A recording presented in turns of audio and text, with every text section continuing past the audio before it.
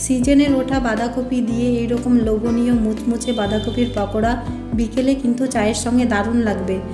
যারা যারা আমার ভিডিও দেখতে পছন্দ করেন, আশা করি এই ভিডিওটিও তাদের কাছে খুবই ভালো লাগবে। তবে আসুন ভিডিওটি একবার দেখে নিই।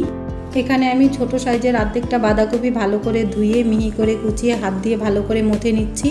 এরপরে দিয়ে দেব পেঁয়াজ কুচি, কাঁচা লঙ্কা কুচি, আর দিয়ে দিচ্ছি আদা রসুন বাটা 1 চামচ, লবণ দেব পরিমাণ মতো, আর দিয়ে দিচ্ছি চাট মশলা। এবার দিয়ে দিচ্ছি শুকনো চালের গুঁড়া। এবার দিয়ে দেব 2 থেকে 3 চামচ ময়দা, আর দিয়ে দিচ্ছি ধনেপাতা কুচি। এবার হাত দিয়ে সব উপকরণগুলো ভালো করে মথে নেব। বাঁধাকপির এই পাকোড়া রেসিপিতে খেয়াল রাখতে হবে বাঁধাকপি থেকে কিন্তু জল বেরিয়ে আসে, সেই ক্ষেত্রে বাঁধাকপিগুলো আপনারা হাত দিয়ে ভালো করে চিপে জল ঝরিয়ে নেবেন। এবার হাতে কিছুটা ময়দা মাখিয়ে নিচ্ছি। এরপরে বাঁধাকপির কিছুটা ডো হাতে নিয়ে হাত দিয়ে চেপে চেপে ছোট একটা রুটির মতন তৈরি করে নেব। 2টো ডিম আমি আগে থেকেই সেদ্ধ করে নিয়েছিলাম। ডিমগুলো আমি মাঝখান থেকে 4 ভাগ করে কেটে নিয়েছি।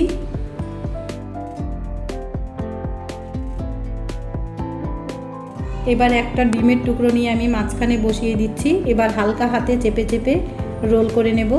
হাতে একটু ময়দা লাগিয়ে নিতে হবে, নাহলে কিন্তু হাতে লেগে যাবে। হালকা হাতে চেপে চেপে আমি রোল করে নিচ্ছি। ঠিক এইভাবে দেখুন।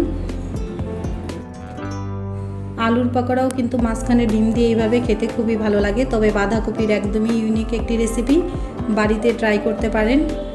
বিকেলের চায়ের সঙ্গেই নয়, শুধু খেতেও কিন্তু রেসিপিটি দারুণ লাগে। আমি বাড়িতে অনেকবার ট্রাই করেছিলাম, সেই জন্য রেসিপিটি আপনাদের সঙ্গে শেয়ার করছি। বাঁধাকপির একদমই ইউনিক একটি রেসিপি, বাড়িতে একবার অবশ্যই ট্রাই করবেন আর কমেন্ট করে জানাবেন কেমন হয়েছে।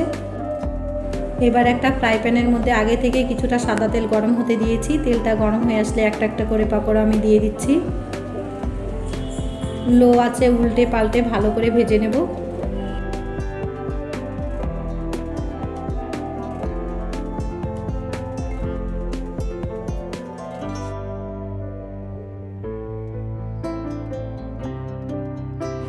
সিজনে তো প্রচুর পরিমাণে বাঁধাকপি পাওয়া যায়। বাঁধাকপির পকোড়াও বাড়িতে অনেকে অনেক রকমভাবে তৈরি করে থাকেন, তবে ডিম দিয়ে একবার এইভাবে তৈরি করে দেখুন, খুবই ভালো লাগবে। আশা করি রেসিপিটি আপনাদের কাছে ভালো লাগবে। আর ভালো লেগে থাকলে লাইক, শেয়ার, সাবস্ক্রাইব অবশ্যই করবেন।